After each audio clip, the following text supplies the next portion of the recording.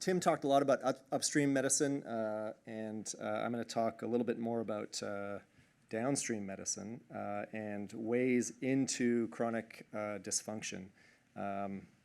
Unfortunately, this talk is probably going to lead to more questions than answers. You know, it's going to speak to a lot of the variability in terms of exposures, the variability in genetics, the variabilities in serotypes of infections, the variability of immune responses, and therefore the variability of clinical presentations. So hang on to your hats. Just at the perfect time when everyone's blood sugar is just like plummeting. So I won't mind if anyone takes a nap. I still have no financial relationships to disclose. No one approached me at lunch, so. Why are people sick? Why do people stay sick after Lyme disease? And you know, Dr. Horowitz, you know, really talked about the 3 I's of Lyme disease, which, you know, again, infection, inflammation, and immune dysfunction. As the triad that's keeping most people sick, even whether their infection is present or cleared. Even the colleagues that are up to date, so if they talk about the immunopathogenesis of Lyme disease, recognize that Borrelia has the ability to cause long-term infection in tick and mammalian hosts, and requires to implement strategies, and it requires that to implement strategies to successfully evade and subvert the immune response in its host.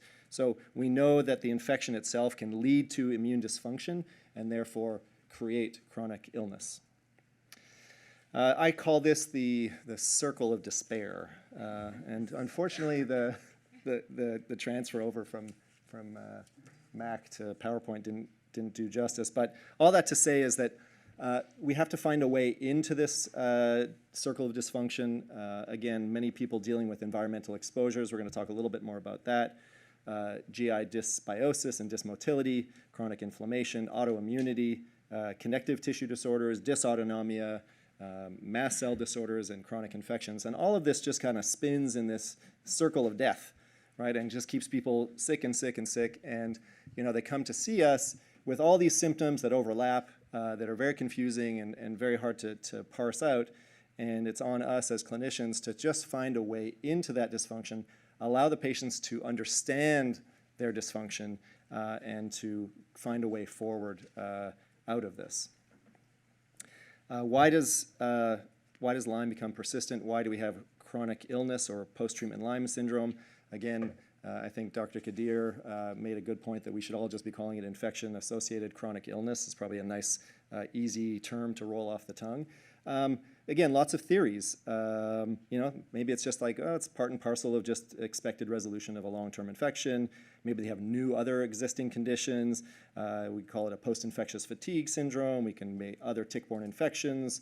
It's a change in their microbiome. It's the metabolome that's changing. They've got a dysregulated immune response. There's a persistence of the actual Borrelia infection. And, you know, again, probably all of those things all at varying times. So lots of potential reasons. I'm going to give a very brief review of the immune system. Again, not to put everyone to sleep. Our immune system is made up of 3 major components. Basically, we have our barriers, our physical barriers between us and the outside world. Our skin, our lungs, our gut. I would say the microbiome goes in there as well. Our tears are a good way to protect our eyeballs from the outside world.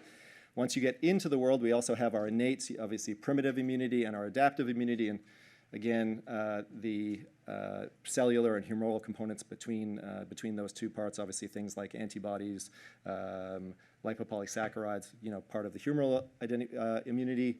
I'm going to talk more about cellular immunity in terms of T cells, B cells. I'm going to spend a lot of time talking about mast cells. And interestingly enough, we see these kind of natural killer T cells and dendritic cells, which live between the innate and adaptive immunity. And mast cells kind of fall in there too.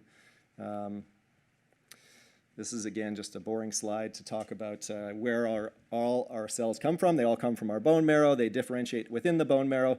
I just put this up here to bring out this picture of the mast cells here, which really kind compared to all the other cells, which are really blood, they live in our bloodstream, mast cells live in tissues. And are very similar to basophils, which are the cells that, again, they're granulocytes. They have preformed mediators, live in the blood. Mast cells are hanging out in tissues, again, on those barriers between us and the outside world. So lots of mast cells that live in our skin, they live in our GI tract, they live in our airways, and again, versus all the other cellular immunities which are really circulating in our bloodstream. Mast cells play a really, really important role in terms of a cellular interface between the inside and outside world, hence why they live where they live, as well as between our vasculature and the tissues which they are living in. Obviously, they're very critical. They play a role in protection and repair, and they actually play a very important role in the early recognition of pathogens and environmental toxins.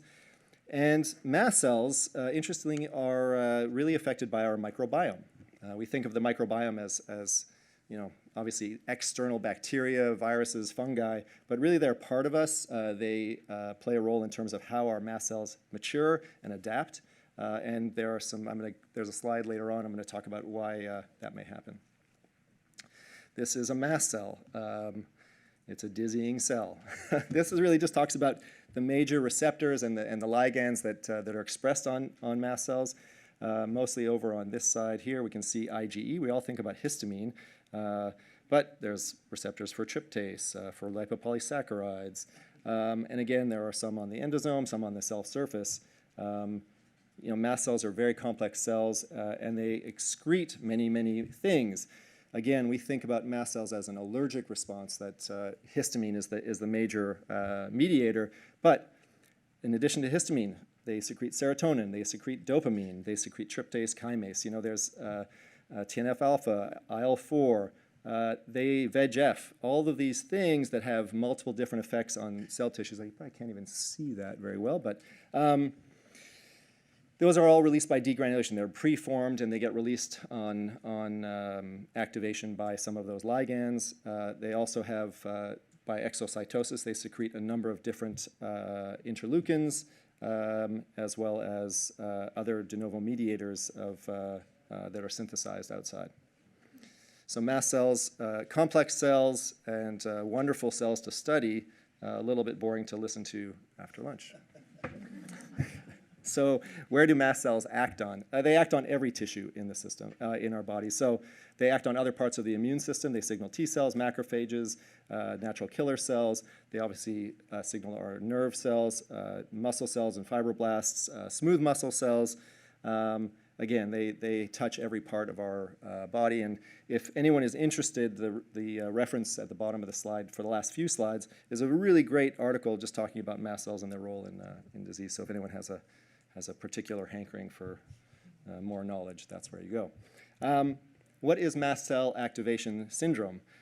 Well, mast cell activation syndrome is an immunologic disorder characterized by inappropriate activation and degranulation of mast cells versus a rare systemic mastocytosis, which is a blood cancer, which is clonal proliferation of mast cells. These are just mast cells that are inappropriately activated and are inappropriately degranulating. It can have a very diverse clinical presentation, making diagnosis very challenging and treatment very challenging. Virtually all of its manifestations are nonspecific, and many patients spend decades in the wilderness getting incorrect diagnosis. Again, sounds very familiar to many of our other patients.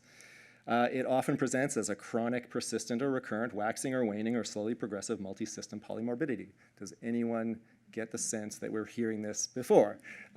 So whether you call it mast cell activation syndrome, whether you call it chronic Lyme, whether you call it chronic illness after an infection, we think of mast cells as potentially one of the ways that these illnesses are being mediated through our immune system. What are the symptoms? Well, pick an organ and pick some symptoms. In your cardiovascular system, you can have postural tachycardia syndromes, orthostatic hypotension, you can have SIBO, you can have oral ulceration, irritable bowel syndromes, hypermobility syndrome. So there's a a lot of, I wouldn't call it controversy, but a lot of discussion between people who are in the mast cell camp and people who are on the EDS camp, and the chicken and the egg situation of what causes which. But all that to say is that chronic activation of mast cells can lead to connective tissue disorders, and therefore then lead to the chronic pain. And we are seeing a lot of patients who present with this sort of non-genetic Ehlers-Danlos syndrome and hypermobility. Is it primary, is it acquired, and could mast cells be playing a role in their expression? So, all that to say is that mast cells act everywhere. Again, brain fog, anxiety, migraines. We think of migraines as a real histamine type of condition, and certainly mast cells are playing a role there. I see a lot of kids in my practice with PANS and PANDAS, and a lot of them do respond to mast cell therapies as well from a symptomatic point of view. Can you test for mast cell activation syndrome? The short answer is no. Generally, they're normal, as opposed to systemic mastocytosis, where their tryptase levels are through the roof.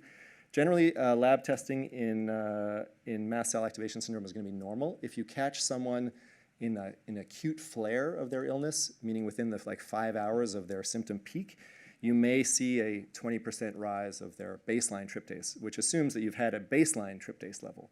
So a normal tryptase level means nothing. If you have an elevated tryptase level, if it's really elevated, obviously those people probably have more of a mastocytosis picture, but mildly elevated, think about retesting and trying to get a baseline in these people. The one good thing that came out of COVID, maybe the one good thing, was an understanding of mast cells' relationship to a specific disease. And what has been found, again, some of the research is that the SARS-CoV-2 virus has a very specific high affinity for receptors on mast cells through the ACE2 receptor, which causes degranulation. And if you look at the slide here and you kind of just look at all of the different effects in terms of, obviously, immune dysregulation, nervous system dysregulation, cardiovascular complications, GI complications, and respiratory, I mean, that's COVID. So we really think that, again, with a lot of our patients who are dealing with long COVID, really respond also very well to mast cell approach, or at least approaches that deal with mast cells. This was an interesting study looking at the difference between what happens in a healthy microbiome versus a dysregulated microbiome in in inflammatory bowel diseases. So in the upper picture A, you see that the healthy, sort of happy environment. I always think of this as an untouched rainforest, as everyone's living in harmony together, and there's just like tons of diversity, and you've got no tractors or forest fires anywhere nearby. It's just like, it's paradise. And again, you've got this very quiescent, quiet mast cell hanging out here. And where does he live? Well, he lives right by the nerve cells there, and the nerve is also very quiet. Everything's chill. The barrier is intact. We're seeing, again, nothing that's getting through that barrier that shouldn't be getting through the barrier. So perturbations in this system can alter the microbial composition, resulting in mast cell activation and release of several immunomodulatory molecules. Again, creating activation, degranulation, and again, irritation of the nerves, leading to inflammatory bowel disease. What's really interesting, which I think is on the next slide. Yeah, so patients with post-treatment Lyme syndrome, they have their own, again, post-treatment Lyme syndrome, I'll put in quotations, patients with chronic symptoms after a Lyme infection, they actually have a distinct microbiome signature. And actually, it allows for accurate classification over 80% of the classified cases in this study. They had increased in this Bladia, decrease in Bacteroidetes, and other changes. And again, the conclusion of these authors was that the signature, just the fact that it exists, supports the validity of a post-treatment Lyme disease syndrome as a real thing. And I guess we don't have to convince you guys that it's a real thing. And if we go back to this picture of, back here to the dysregulated microbiome, again, a mechanism of understanding of how this may happen.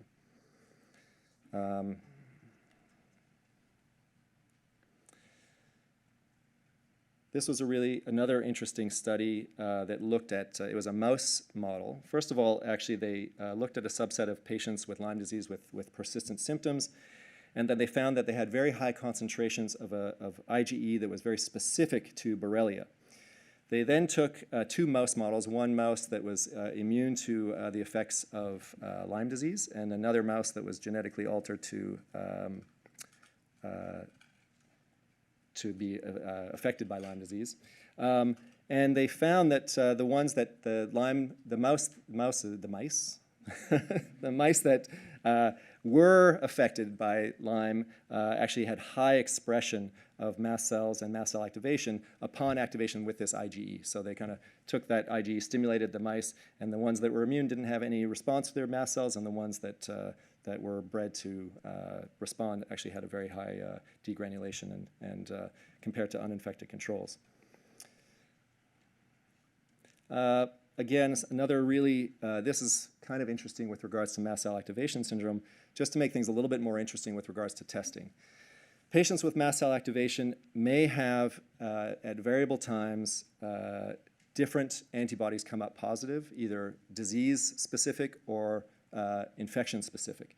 And what they found was that this was a study done with Dr. Afrin and Drs. Dempsey, who again treat a lot of patients with MCAS, recognized that these kind of infectious serology testing, so Epstein-Barr, HHV6, CMV, Coxsackie, Borrelia, Bartonella, Babesia, at varying times in these patients' clinical picture would come up with positive antibodies that would then disappear. And again, the thought is that there is this variable expression of the mast cells, which is just causing the immune dysfunction, which is giving you these false positive results. So their recommendations were that if you have a specific antibody that comes up positive, and we see this a lot in our practice where patients come up with positive ANA results, or you'll do an ENA screen and they'll have one of those things will come up positive. It doesn't really make sense with regards to their clinical picture. They don't have a clinical autoimmune condition, but they have these positive antibodies. And again, I think it just goes to speak as we know they have immune dysfunction, and I'll tell patients all the time, no, you don't have lupus. What you have is an immune dysfunction, and what we're looking for is evidence of that immune dysfunction, and we can follow it over time. And again, if you're going to make a diagnosis, you have to have a clinical picture and labs that support that diagnosis. So again, their recommendation coming out of the study was that anyone with a positive antibody, really that antibody should be clearly present at levels that you would expect it present, and it's consistent over time, and before you address it as the disease that you're treating. Moving on to dysautonomia and POTS. Again, another condition that often follows an infectious insult. It can result in a variety of disabling, widespread, often poorly understood symptoms. And postural orthostatic tachycardia is one of the most common manifestations of dysautonomia, but other patients may present, again, with temperature dysregulation, GI motility issues, just that kind of sick syndrome, urinary symptoms, visual symptoms, things that, again, are poorly understood. I think everyone's kind of getting the sense of the pattern. What is dysautonomia and what is POTS? Well, dysautonomia is a general term used to describe conditions that involve dysfunction of the autonomic nervous system. And POTS is a sustained increase in heart rate of 30 beats per minute in adults or 40 beats per minute in kids within 10 minutes of being upright, without a drop in blood pressure, and is usually associated with chronic orthostatic symptoms. Once provoked in patients, some of these symptoms can last for hours, including fatigue. Again, orthostatic intolerance is often associated with hemodynamic dysregulation. Can lead to really disabling symptoms for many patients. I don't know how many times that I've seen patients at home lying down on their beds because they can't get to the office, they can't get out of bed, barely get dressed sometimes, which is a little bit disconcerting. But again, just speaks to the level of disability that these patients have. What causes dysautonomia? And again, it comes back to that kind of circle of despair. Infections, trauma, autoimmunity, neurodegenerative diseases, all of these things can play a role, and all of can manifest as dysautonomia. It's interesting that some of the classic neurologic signs of Lyme, we talk about cranial nerve palsies, radiculopathy, the meningitis, but really we talk mostly when we're talking about persistent and chronic infections and chronic symptoms, we're talking about the poorly recognized postural tachycardia, intestinal pseudoobstructions, urinary retention, reflex sympathetic dystrophies. And so if you have a patient with more than one of these conditions in different systems of their body, really think about something like dysautonomia that as something to explain their symptoms.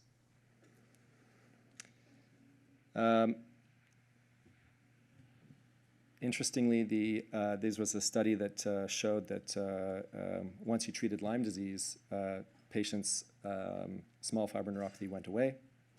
And again, that Lyme disease can affect the autonomic nervous system. And again, tomorrow we're going to talk a little bit more about vagal nerve retraining and vagal tone. But a lot of the dysregulation is not because a patient is anxious and has never meditated before, but they have Lyme disease, which is now affecting their autonomic nervous system. Another dizzying slide for everyone to get into.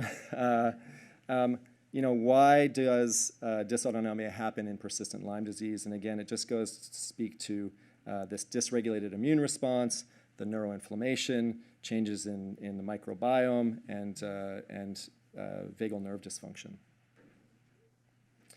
Again, bringing us back to the circle of death.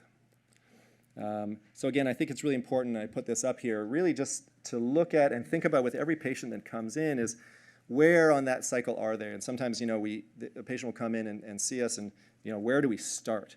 And often, if we listen long enough to the patient, they'll tell us, and we just kind of find a way into that system. And this is what I use in my brain as sort of a mental guide to help me decide, okay, well, I know I've got 30 or 40 things to fix in this patient. Where do I start? Which one do I start with? How do we treat dysautonomia? Again, everyone can kind of find the study and look at this, but most of us who are treating dysautonomia will start with fluid and compression. We'll then move on to some medications, again, sympathomimetics or sympatholytics, prokinetics, stimulants. There's many different drugs to try. And my clinical experience is that some patients respond really well to one class of drugs and not the other. It does take a lot of patience. It takes a lot of trial and error. And getting patients on board and recognize, hey, just because you don't respond to one class of drugs doesn't mean you won't respond to the other. Often using the sort of path of least resistance in terms of causing the least harm. So all our patients get recommendations for excessive salt intake, tons of electrolytes, lots of fluids, and compression wear as the sort of just, that's everyone gets that. And then on top of that, from a medication point of view, a lot of it becomes trial and error. We've talked about environmental and chemical sensitivity. Here's another new term for everyone to learn. Tilt syndrome, so toxicant-induced loss of tolerance. What do we do with these hypersensitive patients who can't drink water? Again, some really interesting theories around mast cell activation may be playing a role in these patients. And as a key biomechanism, you can see here that's highlighted that MCAS may be a key biomechanism for disease which underlies a host of medically unexplained symptoms and syndromes characterized by xenobiotics. MCAS doctors explain these adverse reactions as being due to altered mast cells sensitizing and degranulating when provoked by previously tolerated chemicals or physical stimuli. And really it's that variability, right? So variability of exposure, variability of immune response, adapted immune response, and why we have all of these unusual presentations and sensitivities. This is a really great slide that just kind of shows someone who's susceptible. Again, we're not going to get into the genomics. I think Dr. Cook's going to talk about genomics tomorrow, but those who are susceptible to the effects of our increasingly toxic world have an initial or initiating exposure. They then get triggered by more and more exposures, and eventually, after many, many years, they develop symptoms. And this is where we have to kind of do a lot of the detective work, is going back in time and not just talking about what have you been doing for the last 6 months, last year, but really, where were you born? What was your mother doing when you were in utero? And where have you lived? All of the potential exposures. This is, again, another horror slide of what are we exposed to on an everyday basis? So we've got VOCs, we've got solvents, we've got biologics in terms of mold and algae, We've got drugs and other medical devices, implantables, antibiotics, chemo, pesticides, herbicides, petroleum products, cleaning agents, combustion products. To think that really very few of these things were in our world a mere 150 years ago, and therefore, especially since World War II in terms of the chemical revolution, our bodies have not had time to adapt to our ever-changing world. Our genes are hundreds of thousands of years old in terms of when we first came out of the trees and started walking across the plains. So of course it would make sense that we don't know what to do with these things. And without getting into why all of these things are potentially harmful, just to know that it is the cumulative burden. While we can test for a number of them, often I find that the testing is, we can test one thing or two things, but we can't test the 50 things. And even then, are the tests valid, or are they going to tell us what we need to know? A better way, or an easy way to assess for this is there's a brief questionnaire. It's called Breezy, so easy breezy. Ask the patient. You got 3 questions to ask them. Do you feel sick when you're exposed to tobacco smoke, certain fragrances, nail polish remover, engine exhaust, gasoline, air fresheners, pesticides, paint thinners, asphalt, cleaning supplies, new carpets, and not like, oh, I don't like it. Like, oh, I go. No, more like, I have headaches. I'm falling it down in the aisle of Shoppers Drug Mart and having a seizure. I'm having difficulty thinking. I can't breathe. I'm weak. I'm dizzy. My stomach is upset and I have to run and have diarrhea. People who cannot go into Canadian Tire. That's what we mean when you feel sick. Are you unable to tolerate, or do you have adverse reactions to drugs and medications? And are you unable to tolerate, or do you have adverse reactions to any foods, dairy, wheat, corn, eggs, caffeine, alcohol, or food additives? If you have any of those questions saying yes to those questions, you should get them to take the Queasy. So first the Breezy, then the Queasy. What is the Queasy? Queasy is a quick environmental exposure and sensitivity inventory. It's available online. It is free. It is a 50-question validated survey, and with a sensitivity and specificity of 92 and 95% in discerning between those with a multiple chemical intolerances and the general population. Again, so ask your patient those 3 questions in the office, give them the link to fill out the questionnaire online, and the scoring system is there as well. So now we have the circle of death and we're all dizzy. Again, I think that the point of this talk was not to provide answers of how to best treat these patients, but just to understand that the underlying mechanisms, the biologic mechanisms of a dysregulated immune response, along with all of our complex worlds that we live in, make it very challenging to treat patients. And really it's about just trying to find some way into this cycle. And when you do, you'll find that you help your patients immensely. I think it validates a lot of their experience. And using a mast cell model in terms of trying to help their symptoms along. I always tell patients, we're going to treat a mast cell dysregulation, dysfunction, and we should know right away if your symptoms get better. And the same way, we can treat your dysautonomia, not that we're trying to say, hey, your problem is that you have dysautonomia and your problem is that you have mast cell dysfunction or mast cell activation syndrome. Those things exist because of other problems, but while we're looking for those other problems, while we're detoxing you, while we're treating chronic infections, while we are getting your diet and optimizing your hormones, all of those things, we can make you feel better and deal with your symptoms and make you more functional if we address the downstream issues, which again become, manageable, and those are the consequences. And so I always tell patients, my colleagues who I work with hear this all the time. I tell patients, when you come in, I'm going to give you 3 different buckets of treatment. And in each bucket, each thing I give you should understand what those 3 buckets are doing. There's one bucket which is really just the stuff that's working in the background that you need to have so that you can be a healthy person, whether that's nutrient repletion, whether it's hormone repletion, whether it's a good diet, proper sleep, all of those things. Those are just like bucket 1. Bucket 2 is, can we make your symptoms better? Can we just increase your quality of life? And I think this is where this downstream medicine works, is if you have mast cell activation syndrome, let's treat it. If you have POTS and dysautonomia, let's treat it.